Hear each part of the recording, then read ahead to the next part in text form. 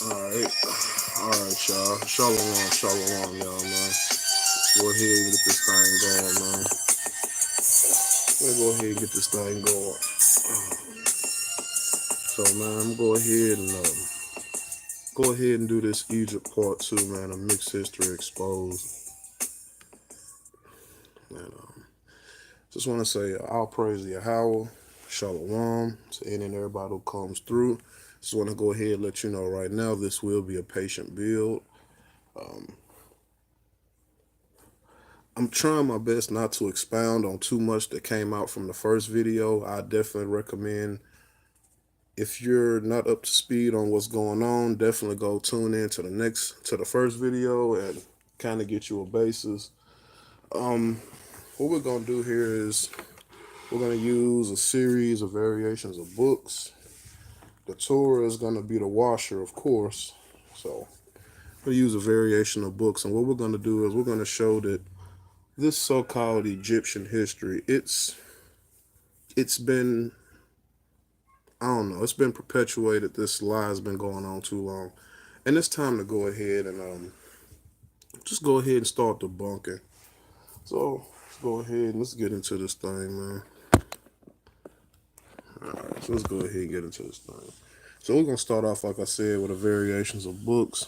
Like I said, if you watch the first video, we're pretty much gonna start off from that point. So let's give a little history about how this particular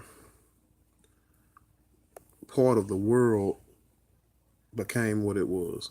And I've been doing some studying, I've been doing a lot of reading, trying to figure some of this stuff out. So I guess let's go ahead and let's start with this. All right.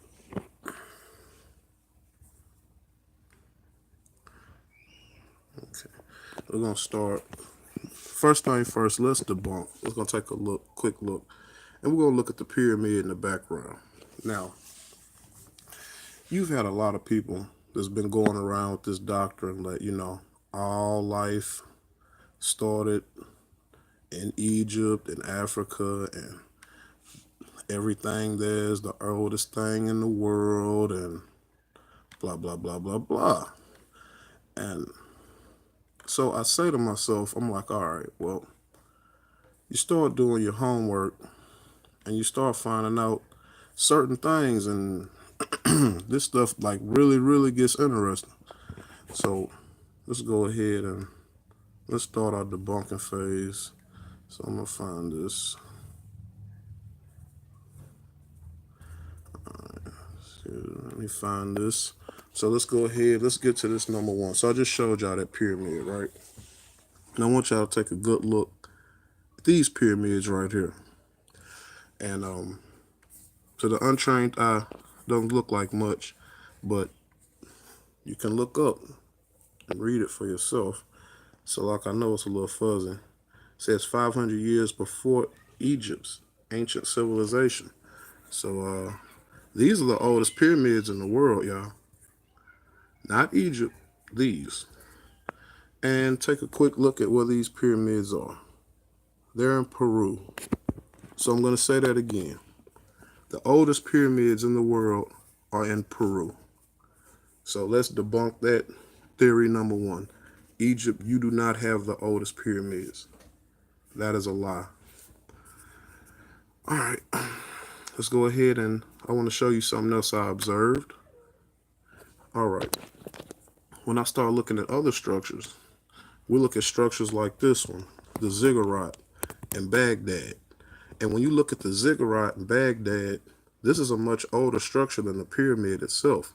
But it's something, when I look at this structure, it's something I noticed. And I said to myself, that's very interesting. All the scholars, everybody says that that's water erosion on the top, right? So you see water erosion, that part of the ziggurat. So then we look over here at the Sphinx. And when we look at the Sphinx, you see the same water erosion on the Sphinx. But you don't see that water erosion on the pyramid. And it kind of leads me to believe these wasn't built in the same time period. It leads me to believe that this predates this altogether. And like I said, I just look at those watermarks. So just something to, like I said, look at the ziggurat and look at those watermarks. So clearly somebody's lying. And you got to ask yourself, what are they lying about? And what do they need to lie about? And I think it has to do with their identity. Because I think they don't want to exactly tell people who they are. But all praise to Yahweh, he's actually showed us some of these things. And so let's just go ahead and let's move into this next aspect. And we're going to look at something. Now, like I said, we was just looking at those pyramids and that ziggurat. And I often say to myself, I wonder who built those. And I've often said to myself, I know this answer's in the Torah, but I just got to figure out where it is. And all praise to Yahweh, I believe Yahweh showed me this. So to get this answer in your Torah, you're going to need to go to Deuteronomy, the second chapter, and really pay attention to what it's talking about. And it actually tells you who built those structures. Because Egypt, it wasn't you. You didn't build those structures. And the Torah confirms that. Let's get that. Let's go to Deuteronomy 2. And we're going to start verse 11. It says, Yahweh spoke to me, saying, this day you shall cross the border of Moab at Ar, and you shall approach opposite the children of Ammon. You shall not distress them, and you shall not provoke them, for I shall not give any of the land of the children of Ammon to you as an inheritance.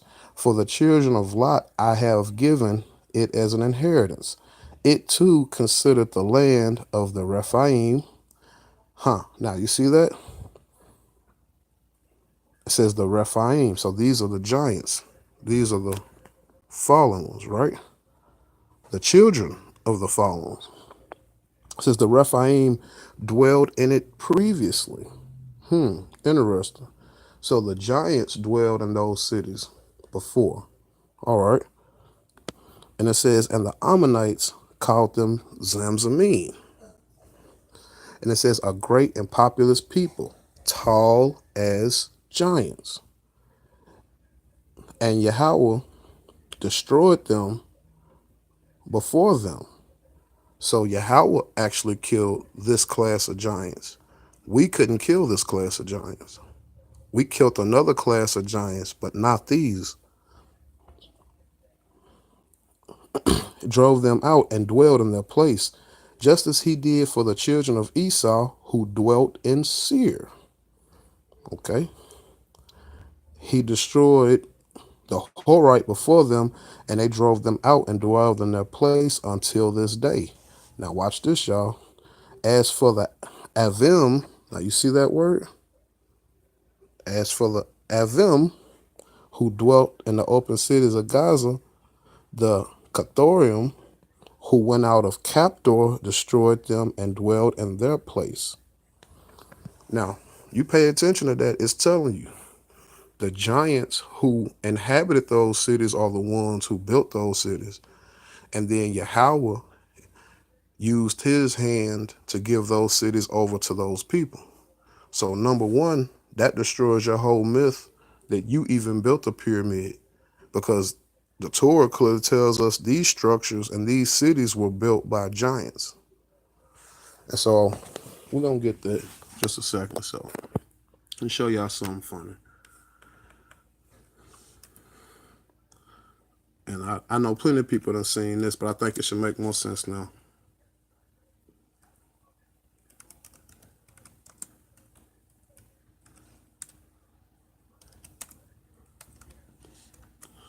I know y'all seen this before. So, okay. So when we take a look, and we take a look at these people who are building these pyramids, take a look at their size. Man, don't bullshit yourself, man. These are giants. These are the people who inhabited that land before. Still don't believe it? Like I said, they've always showed you that it was giants who built these structures. And the Torah confirms that there are giants. Look at how big that structure is. Look at how big they are fixing on it. Come on, man. Egypt, your dirty secret is out, man. Those are the Nephilim. And the Torah told us that these are the Nephilim. These are the class of giants that Yahweh had to kill off because we couldn't fight them. They were too big. We remember in the book, what is that? The book of Numbers? Was that Joshua? Where he sent the spies up and they came back and said, we look like grasshoppers compared to these people. Those people Yahweh had to kill for us. And I want to show y'all something. We'll go back into the Torah. I want to notice this. Because clearly what happened is you must have had either one or two scenarios. You must have had either giants subjugating people, which is confirmed in the book of Enoch, or some of these people are giants themselves and they've just been hiding it. Now I want to show y'all some. Let's look back and something very interesting I've been looking at. Let's look at Deuteronomy 2, and we're going to look at verse number 23. It says, as for the Avim who dwelt in the open cities of unto Gaza. All right. So I seen that word Avim, and I said, I want to look this up, and I want to see what these people look like. And I noticed some interesting connection to these people. And I looked up at the Avim, that's who they are. And the way they worded it on here, it's spelled Avite, Avvivite, but in here it's spelled Avvim. So this is the same root word etymology. Now look at what these people look like. And also I want to show you something. Notice everybody's neck and everybody's in chains. Now why do they have these people in chains? And I want you to look at their facial features. Don't bullshit yourself, man. This is not Jake. I'm going to show you who this is in just a minute. I said to myself, man, then I looked at this. And I looked at this relief in Baghdad.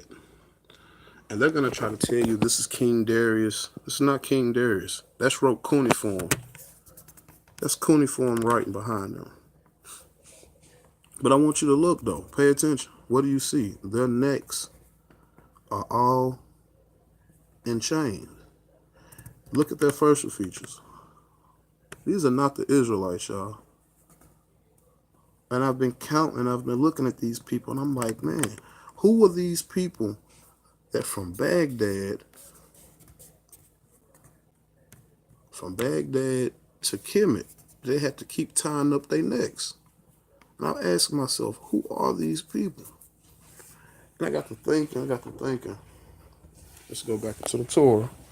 And I got to saying to myself, see, they want you to believe that's you, Israel. That's not you. I'm going to show you who that is.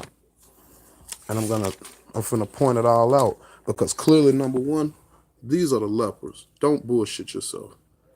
You see the straight hair. You see the noses. Come on, man. These ain't black people no more, y'all. These are lepers who are chained up.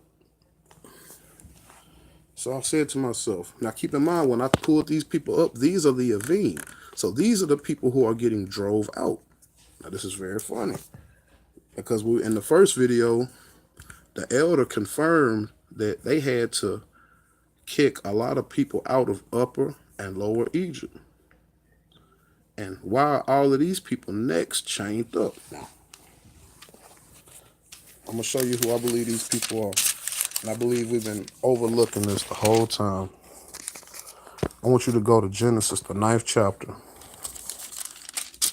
And like I said, a lot of this, I think, starts to make a little bit more sense now. I'm going to go to Genesis, the 9th chapter. And we're going to look at verse 22 through 27. And it says, Ham, the father of Canaan, saw his father's nakedness and told his two brothers outside. And Shem and Japheth took a garment and laid it back both on their shoulders, and they walked backwards and covered their father's nakedness. Their faces were turned away, and they saw not their father's nakedness. Noah awoke from his wine and realized what his small son had done to him, and he said, Cursed is Canaan, a slave of slaves shall he be to his brothers. A slave of slaves shall he be to his brothers.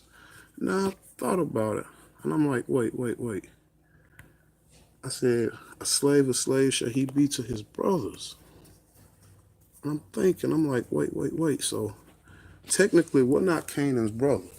If we want to play the whole family line, we're Canaan's cousin. So we don't apply to the brother category. But your brothers have you in derision. So when Canaan gets this curse put on him, he loses his land inheritance. And this is why everybody is able to go down to Canaan and take a piece of Canaan. Because from Noah's curse, he also loses his land inheritance. But Yahweh does not completely kill Canaan off, because why? He wants Canaan to repent, but clearly Canaan does not repent. This is why after periods of time, he keeps allowing everybody to go into Canaan and take it over. Abraham did it. Clearly, we know the Egyptians did it for a while, and starting to look like the Cushites did it. Because that's who this is. These are Cushites. Don't bullshit yourself. And they have their brother. Excuse me. I believe these are the Cushites. And I have reasons based on some books that I got. Because the Cushites claim that they're these people so much. But like I said, Canaan will be a slave to his brothers. All right. So then we're thinking about the neck in this scenario. So Canaan is pulled. Let's back this up. Let's go to Leviticus 18 to explain the neck in this situation. Most of us understand this. Some of us don't. So let's go to Leviticus 18. I'm not going to run the whole thing down, but I'm going to get the parts that are most proving for this point. And that's going to be Leviticus 18, and we're going to start at verse number 7. It says, "The nakedness of your father and the nakedness of your mother you shall not uncover. She is your mother. You shall not uncover her nakedness. The nakedness of your father's wife shall you not uncover. It is your father's shame." So it's going to get 7 and 8. But this chapter, roughly from verse 7 to about 17, tells you the nakedness, the scenario of what you cannot do. So Canaan has clearly committed incest. So I said to myself, is there any, let's get some proof, let's get some backup. So right now, we're going to flip to this book. And we're going to flip to the book of Jasher. And what I'm going to do is, let's get a quick history of Canaan and incest and his sexual immorality. So we're going to go to the book of the Upright, chapter 18, and we're going to start at verse number 11. As you see, it's titled Sodom's Wickedness. "In those days, all the people of Sodom and Gomorrah and all the whole 5 cities were exceedingly wicked and sinful against the Most High. And they provoked the Lord with their, come on, baby. And they provoked the Lord, come here, baby. Y'all stay patient. Hold on. I'm going to get it for you. Hey, y'all be patient. Hold on. I'll be right back. Come on. Come on. For your cup.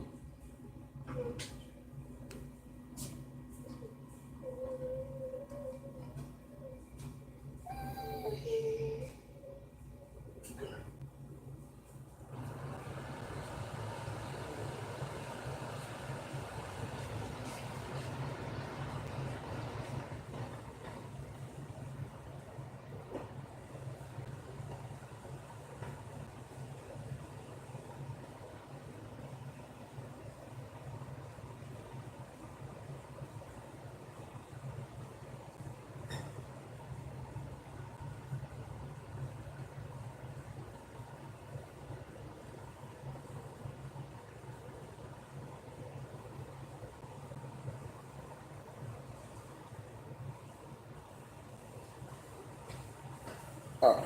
Slack. Sorry about that, guys. Kids. Probably gonna have to break this down into another part, but I'm gonna finish this part right here. I'm gonna start that again. It says, "This is Sodom's wickedness." This is book of Jasher, chapter 18, verse 11. "In those days, all the people of Sodom and Gomorrah and the whole 5 cities were exceedingly wicked and sinful against the Lord. And they provoked the Lord with their abominations. And they strengthened an aging abominably and scornfully before the Lord. Their wickedness and crimes of those days were great before the Most High. And they had in their land a very extensive valley, about a half a day's walk, and there were fountains of water and a great deal of herbage surrounding the water. And all the people of Sodom and Gomorrah went 4 times in a year with their wives and their children, all belonging to them, and they rejoiced with their timbrels and dancing. And at the time of rejoicing, they would all rise and lay hold of their neighbors' wives, and some virgin daughters of their neighbors, and they enjoyed them. Each man saw his wife and his daughter in the hands of his neighbor, and did not say a word." So let's stop. So Sodom and Gomorrah was definitely into incest and pedophilia, because 4 times a year they went and they committed this act where the whole city, 5 cities would do this. And they would all go to this one big valley and have this big orgy. This is kids and adults. So I think we can get some backup. Let's get some proof, because a lot of people think that some of these books ain't dropping truth. So let's get some proof to back that up, man. Let me see. So we need to go to, what is that? So I think we need to go to Sodom and Gomorrah right here in the Torah, and we need to observe some key things that were said, and it actually backs all that up. And I'm building this up for a reason, y'all. Okay.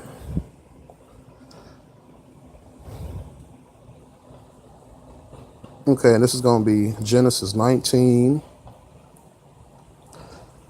And 19, we're going to start at verse number 4. Now it says,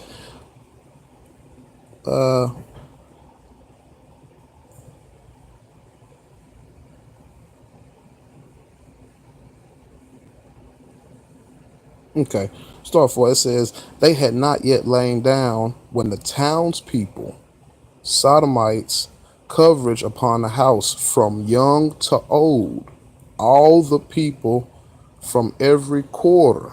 See that? Ain't that backed up right here? Did we just cover that in this book? It told you that the kids would participate in these acts, and that's backed up right here in the Torah. And I'm showing you this for a reason, because what I'm showing you is that these people were very much sexually deprived, and they practiced incense and pedophilia. Now I want to show y'all something. Now remember, Canaan has a curse put on him. Now I'm gonna show y'all something. This gets real crazy. I've been studying, I've been reading, and I want you to see this.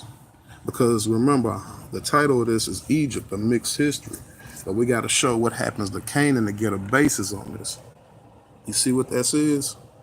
Genetic mutations that can arise from incest.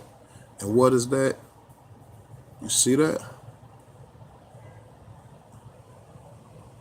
Remember, these people had got to doing this. Remember, just like the book tells you, these people had got to doing this so much that the whole city would come out. So what do you have running around? You have a lot of these people running around, because this is a genetic mutation that can arise from incest. And I'm here to show you that the people who inhabited the land of Egypt before it was took over by the darker people, this is what they look like. Let's keep going, y'all. Let's keep going. So let's get a witness. So let's get a witness to that. Okay. So we're gonna get a witness to that. And this is gonna go in an odd place. Just be patient, y'all. So we're gonna go to this book now. Blacks in Antiquity. Frank M. Snowden Jr. I'm gonna show you something he says. Okay. And I got it highlighted right here on the top. It says, with respect to certain populations situated in the northwest parts of Africa, the records seem to describe mixed Negro white population. So that's another witness, y'all. So remember, on part 1, the witness was the elder. He said that Northwest Africa was only inhabited by the Tamahu. We have this author backing him up, letting you know that Egypt, Northeast Africa, forgive me, is a mixed crowd. So once again, we got to say to ourselves, wait. How is it that all of these people keep on getting this confused and they keep on wanting? Because remember, this comes from incest, guys.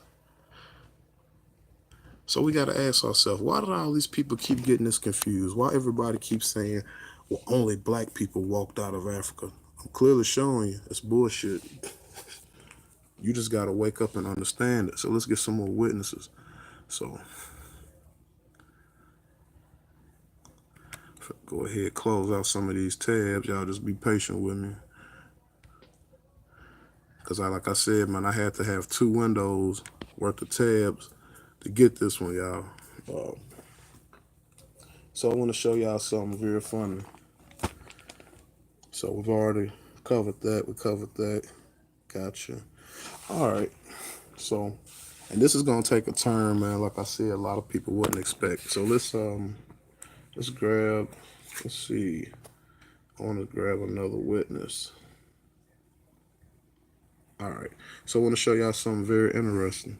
When we talk about, because a lot of people are gonna say, "Well, I don't believe that," and there's no way black people was already there. So this is what we're gonna do.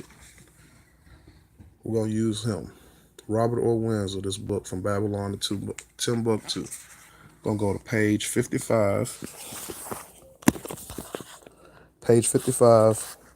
And it says the Cushites inhabited East Africa along the coast parts of the interior. More Ethiopians and black Semites crossed the Red Sea from the southern tip of Arabia. You see that? Wait. There we go again. So wait. So, wait, let me find that. I need to find where I got that at. So let's get a visual on that.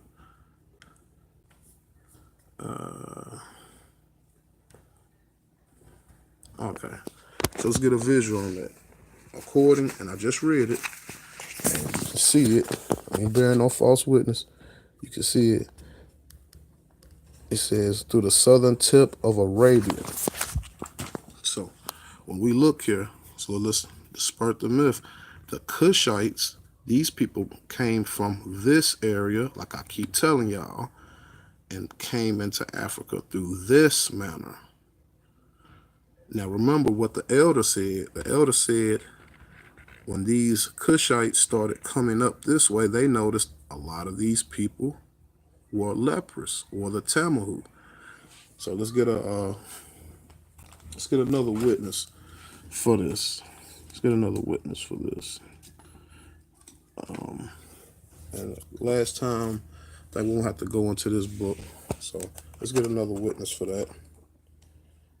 And that's going to be the same book from Babylon to Pt.2.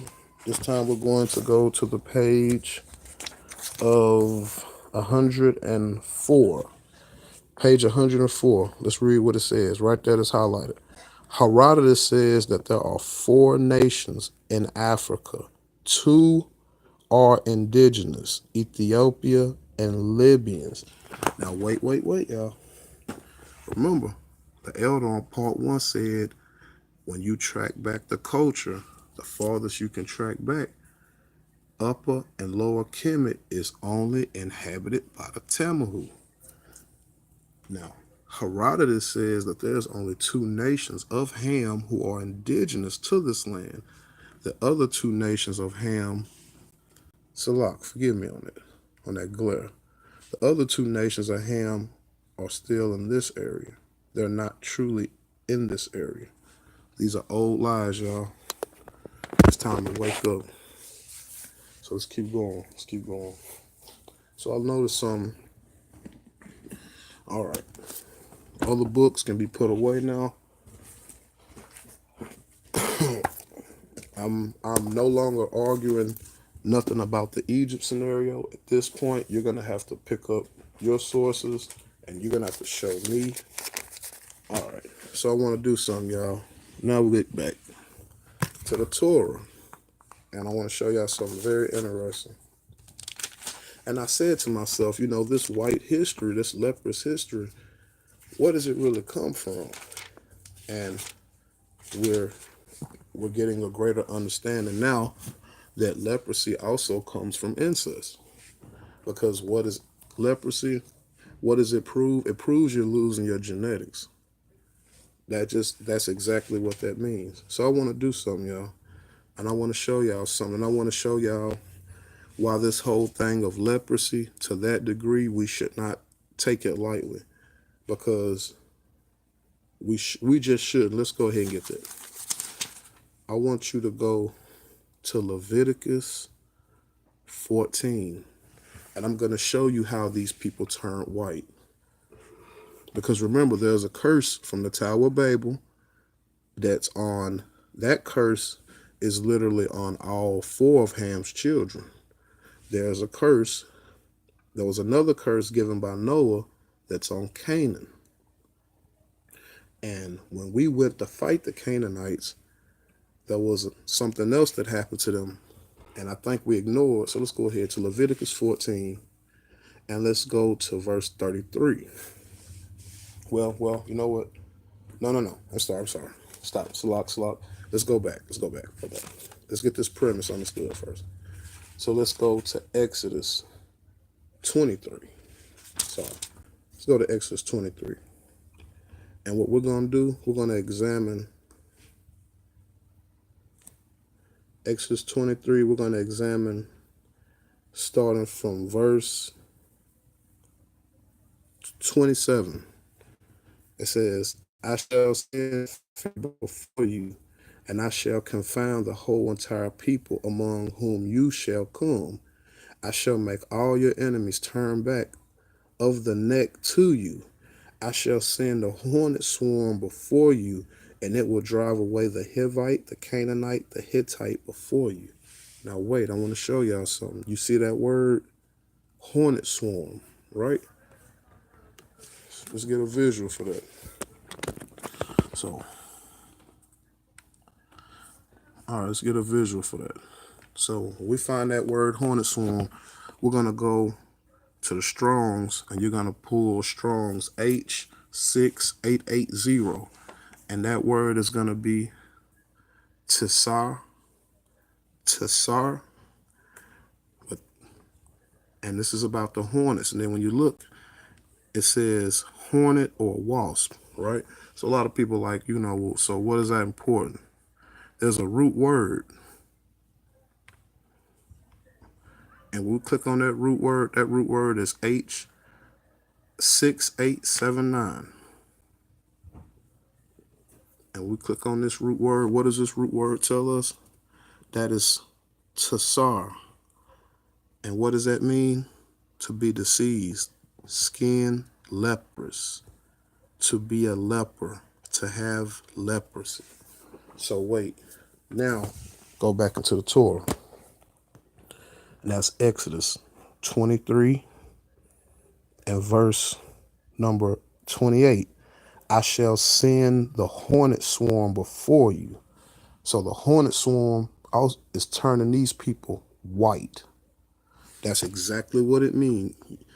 Pull up those two definitions. Strong's H6880. The root word in that is H6879, means leprosy. So when it says I will send the wasp, he's turning these people white. Let's keep going, y'all. We got some and let's get some precepts to back that up too. Let's go to the book of Deuteronomy. Let's go to Deuteronomy, the 7th chapter.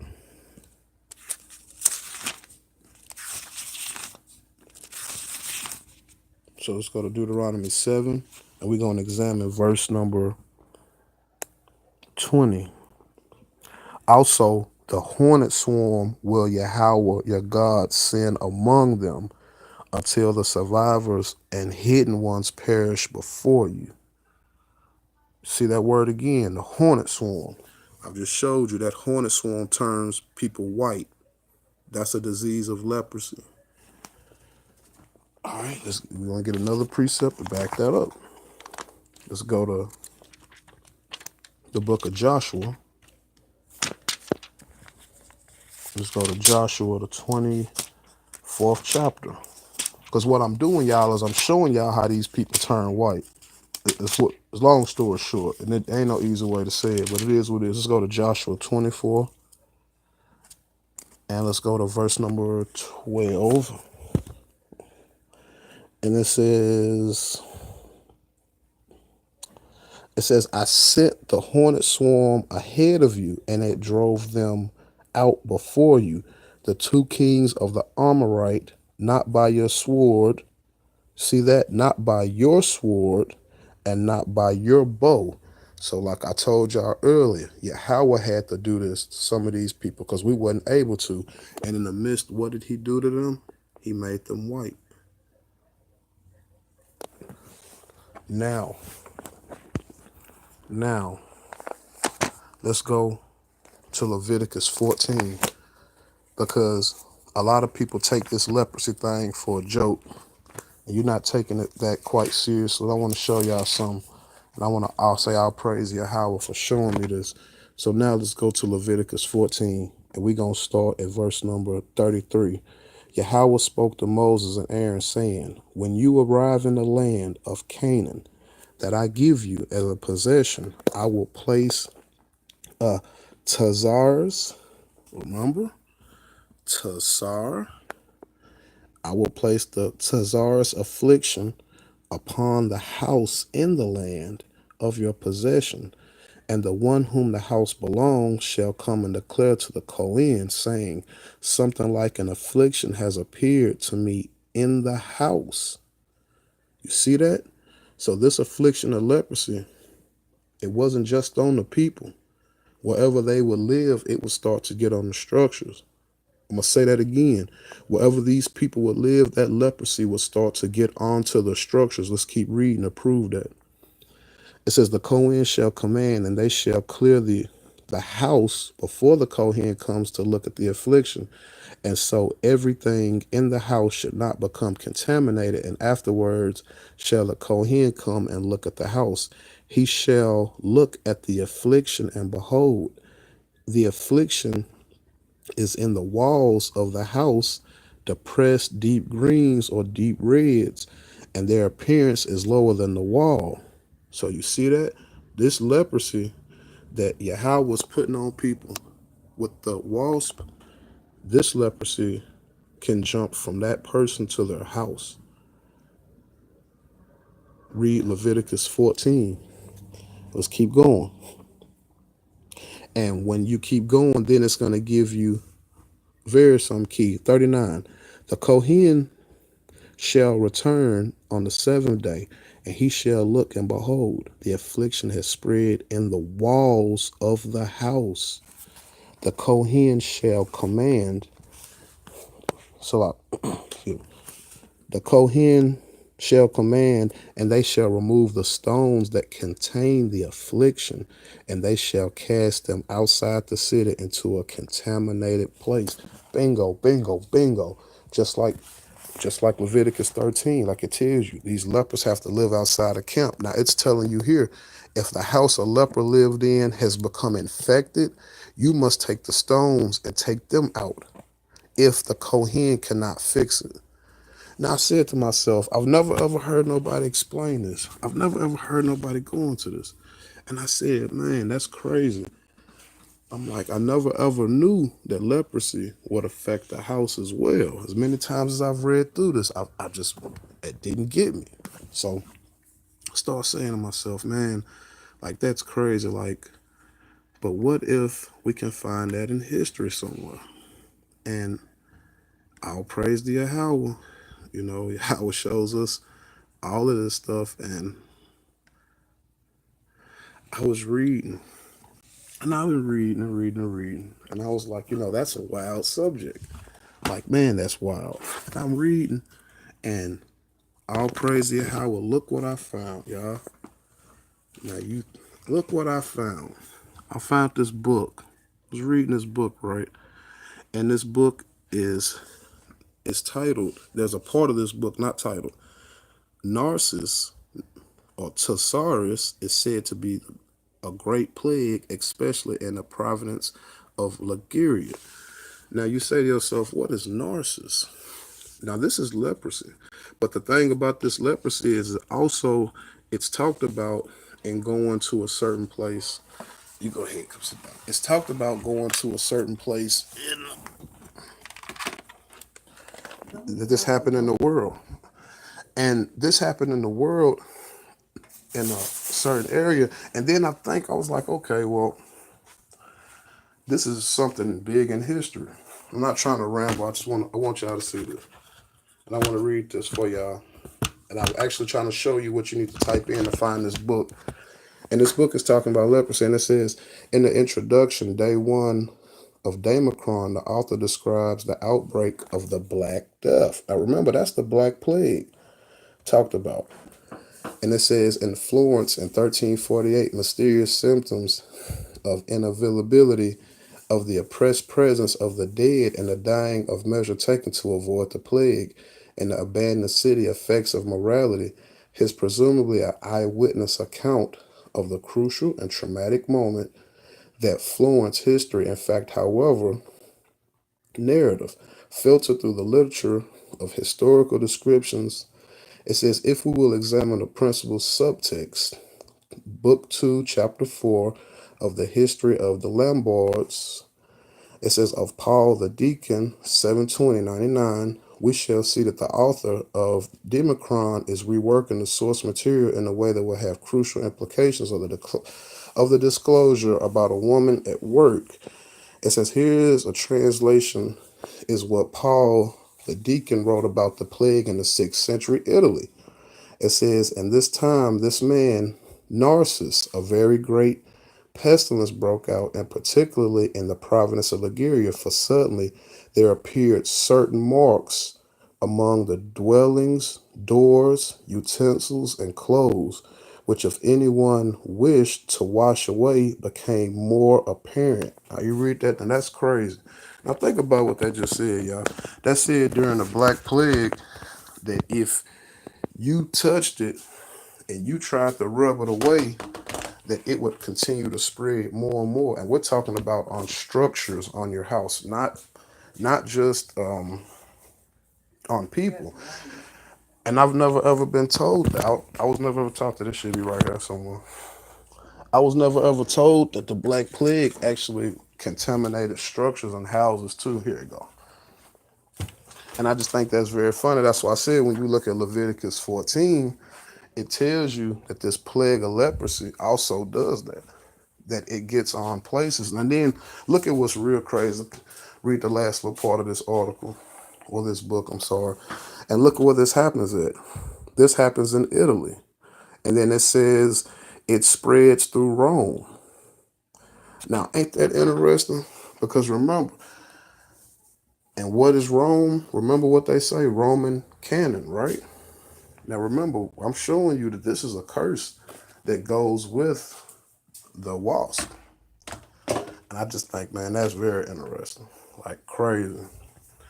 And let me see. And I think, you know what, y'all? I think that might be it. Yeah, that's it. Well, no, no, no. You know what? I got one more, and then gets real funny where I go. I need my other book. And of all the places that I was reading, I never ever figured.